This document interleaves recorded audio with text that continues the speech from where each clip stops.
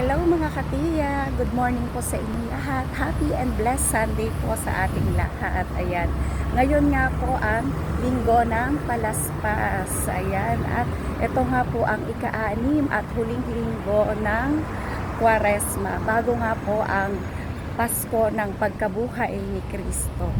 At sa ating mga po mga Kristiyano, ginugunita po sa araw na ito ang pagsisimula ng Kalbaryo dahil si Jesucristo po ay pumasok sa Jerusalem.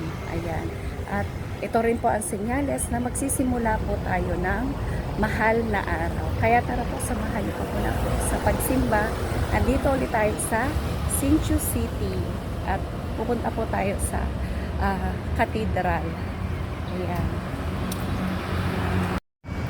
Ayan na po ang Immaculate Heart of Mary Cathedral dito po sa Hsinchu City.